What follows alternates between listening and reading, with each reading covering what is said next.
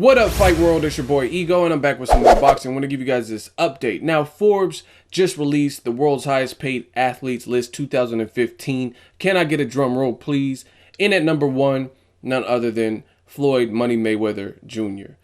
He made $300 million total, 285 was his salary, 15 was in endorsements. Number two, Manny Pacquiao, who netted $160 million, 148 of that came from the actual fight, and 12 million came from endorsements. Now, for Mayweather, endorsements is something new. Normally, he has a zero in that category and makes all of his money in boxing. But for the so-called fight of the century, he got $15 million. I think he was working with Burger King. I'm not sure if he worked with anyone else. As far as Pacquiao, he was working with Butterfinger and I think maybe Samsung company. That's why he was taking all those selfies, or a phone company. He was working with somebody like that. So congratulations to both.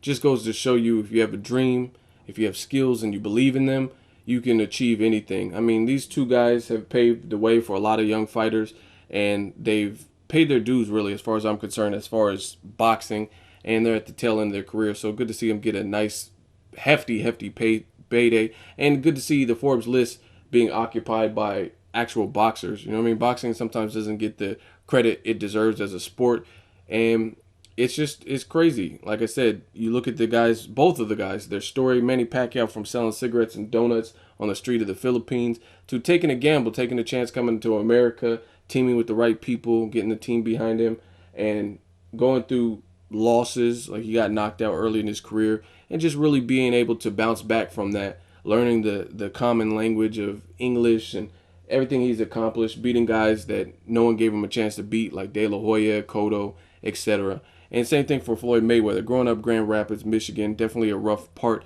of the states, and having a broken home almost. His dad was in jail, to his Olympic shortcomings, where a lot of people thought he got robbed. Some people don't put this into perspective. Some decisions like that are turning points, and they're very pivotal, and different people take them differently. Some people, they can never bounce back. They feel robbed, and they kind of go on with the chip on the shoulder and never amount to what they're supposed to amount to. But Floyd Mayweather didn't get the gold medal in the Olympics, and just like Roy Jones Jr., who was also robbed in the Olympics, he used that as motivation, hard work, dedication to take it up a notch, and as a pro, to do everything he's done. Same kind of thing, beating guys like Diego Corrales, Oscar De La Hoya, undefeated Ricky Hatton, Canelo, Manny Pacquiao, guys that people said he would lose to. So he used that energy and that motivation to not want to lose again. And for the last 19, 20 years, he hasn't. So props to both of these guys. Again, well-deserved. As far as the fight, May Pacquiao, it wasn't what some people expected. Now, what I really noticed is a lot of people that were complaining, oh, I wasted my time, my $100. A lot of them weren't diehard boxing fans either. So it doesn't really matter. Me, if you listen to my prediction, I almost called this fight exactly how it happened. So I knew what to expect. Therefore, going into the fight with a realistic expectation, I had no problems with the fight. I actually enjoyed the fight. I thought it was entertaining.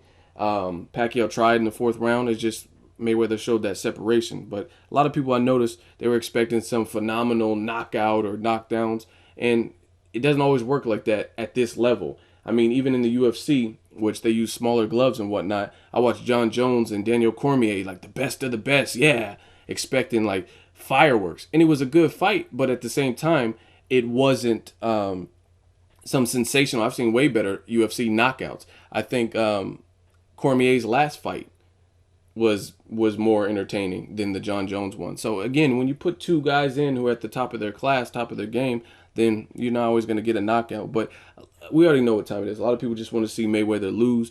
Therefore, the fact that he didn't, they said boxing was dead and whatnot. So either way, what's done is done.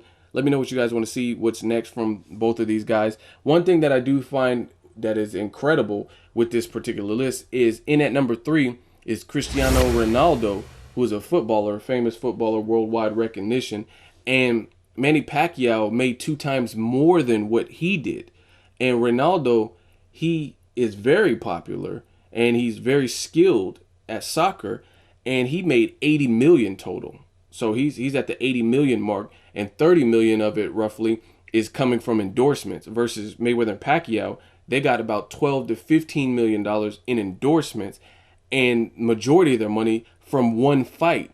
This is not like baseball or basketball or even soccer where they're playing a ton of games. They did all of this mostly from one fight. You know what I'm saying? Which is ridiculous. Like, again, if you're a baseballer, if you're in the MLB, if you are in the NBA, you're playing a ton of games. I was just watching the finals game and I was pissed too, by the way, because the Warriors, we just been getting off to slow starts. But if you watch the finals with the Cavs, they just played yesterday.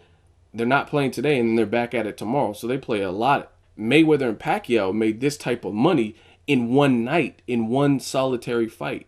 So that's just crazy when you put it in perspective. Let me know what you guys think. Like I said, for me, I'm in the boxing world. It's good to see the spots being occupied by boxers. Like I said, boxing doesn't always get the recognition as a sport, and it's a very brutal sport. These guys put their lives on the line. Not saying other sports aren't dangerous, but they're more or less, a lot of sports are team-based sports, and there's nothing like boxing exactly. You know what I'm saying? Like, you can get a concussion in football or in basketball, if you catch an elbow or something like that, but it's different from taking brutal blows from a trained fighter who's trying to knock your head off. You know what I mean? Just a different ball game. So very grueling, and boxing is a hard sport to make a living in. You know what I mean? You have to deal with the upsets, the setbacks, and if you take nowadays, you take 2 losses, people say retire and stuff like that. If like LeBron James loses a game or two, people don't tell him he sucks and he needs to quit and start throwing cans at him. You know what I mean? I haven't seen that. But in boxing, you lose 2 in a row, or if you quit on the stool or anything, you're in for a world of hurt. People say retire, you're a bum, you're overrated. I mean, boxing fans can get pretty brutal. But let me know what you guys think. Make sure you like my video as always. Hate, comment, and subscribe. Till next video, it's Ego signing off.